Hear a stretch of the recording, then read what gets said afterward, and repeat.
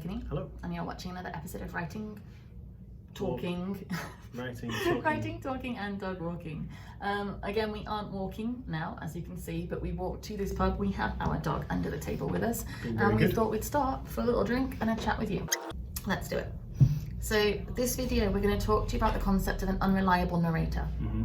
Most of the time when you go into reading a book or watching a film, the person who's telling you the story, either they are the lead character or they're not. But there often will be a voice that is telling you this story. Yeah, and if it's a film, you might not have an actual voice. It might just be through the person you spend the most time with. Exactly. Some films have a voiceover. It'll be their perspective that you are seeing things. There is such a thing as an unreliable narrator. The first example I'm going to talk about is The Girl on the Train. I haven't seen the film, so have you? Nope. No. I genuinely don't know how they portray this on my phone. Portray this in the film, but in the book, a lot of it is told in the first person. It's from the perspective of Rachel, who is an alcoholic. Is she the girl on the train? Yeah, she's the girl on the train. Right. She witnesses an event before the murder of a girl, and she then has memories from a drunken experience where she had essentially a blackout, starts remembering events from the night of the murder, and trying to piece it together to work out who killed the girl who died. Right. As you're going through this journey with her, you start to realize that what Rachel is remembering and describing isn't necessarily accurate. You get this from the perspective of other people. So it cuts about in POV between different characters. You get the POV of the girl who died, then you get the POV of the ex-husband's new wife.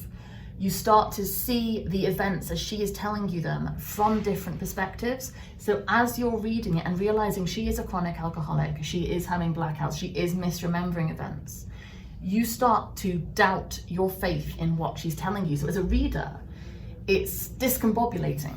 Right. Because you are trying to piece together the story yourself. So this is a potentially hazardous technique, because if you use this technique badly, then the reader will feel like they don't know what the hell's going on. And it can boot you out of the story. However, if it's done well, and the thing is about The Girl on the Train, it is very, very cleverly constructed. So as you're reading it, you are discombobulated and confused. You do doubt your own memory of what you've read. Yeah. But it's so well constructed that you don't feel booted out of the story, you feel more intrigued. And more excited to learn the truth, because you aren't necessarily sure what the truth is. And it's honestly, I cannot recommend it enough. It's absolutely splendid, but it is a very difficult technique to implement. And if you do want to use the unreliable narrator, I recommend read that book, but also really plot your story, really work out what you're going to do, because I don't think you can seat of your pants for this sort of thing. You can't just write it and hope for the best. Well, you would have to know exactly what you are doing. Only in so much as the incidents that you want your reader to doubt. Yes. Those you need to have a very Yes, I agree. I don't mean like you have to plan every single chapter. I mean your story, where your story is going, the events that will be told from different perspectives, how you reveal that the narrator is unreliable. Yeah, because there's a danger with the unreliable narrator that at the end, the reader or the audience is left feeling like the whole thing was meaningless, because they can't trust that any of it happened. And I know it's a book and it didn't happen, but in the world that you're entering, did it actually happen? And if it didn't, then why was I investing all of this time? So you want to be careful to... And you have done an unreliable narrator. Yeah, and it was a twist on the idea, because so I started a book 4 years before the now of the story, if you like, when a woman who had just given birth was had her child taken by the father and put up for adoption. I think this book is called The Mystery of Miss Riley. Yeah, it's a horrible start, but he is this guy, the father.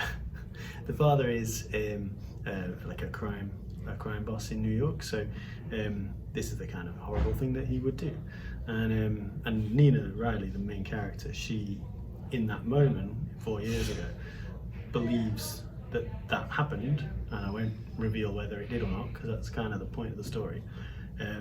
But 4 years into the future, or into the present now, she no longer believes that this event happened to her, and The mystery, it's called Mystery of Miss Riley, but the mystery as to whether this event happened at all is explored through the Shilmaid characters who are investigating this case, because they. And it's very clever because you are left confused through the story. Yeah. You don't know whether or not this girl is crazy. I would like to say that you do find out. Oh yeah, I'm not Yeah. left confused at the end. I mean, as you're reading, you are left Yeah, it's not an wondering. Inception thing. Yeah. There is a clear answer at the end. Yeah, so it is possible, and it is possible to do a really clever story with the unreliable narrator. But I think you can be left just confused and lost by the entire experience. So Yeah. you do have to be very careful. Because about how yeah, you do if it. you spend a long time in the point of view of a character who doesn't know whether something happened or not, the reader is allowed to be aware of the instability of that Yeah. memory, which is, that creates intrigue.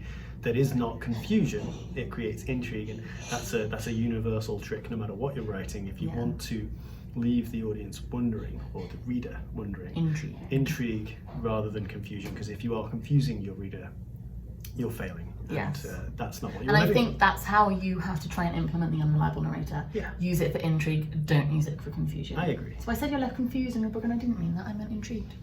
Well, thank you. You're welcome. So thank you very much for watching our video about unreliable narrators. You can find us on www.sirenstories.co.uk. You can subscribe there to win free things every month. Please, if you can give us a thumbs up on this video and subscribe to our channel, we can keep giving you free writing advice. Yes. And find us on Twitter. It's I'm at Judy Ann Rose, he's at John_Muck, and on there, ask us any questions. Also comment down below. Yeah, please. If you have any questions that we can answer, because we want to give you the advice that you want. And we will try. It will not be immediate because we're making a lot of videos, and we will get around to everybody's questions As soon as eventually. we see it, we'll We'll try and get that done. So yeah, thank you very much for watching, and we will get back to you next time. Thank you. Bye. Bye.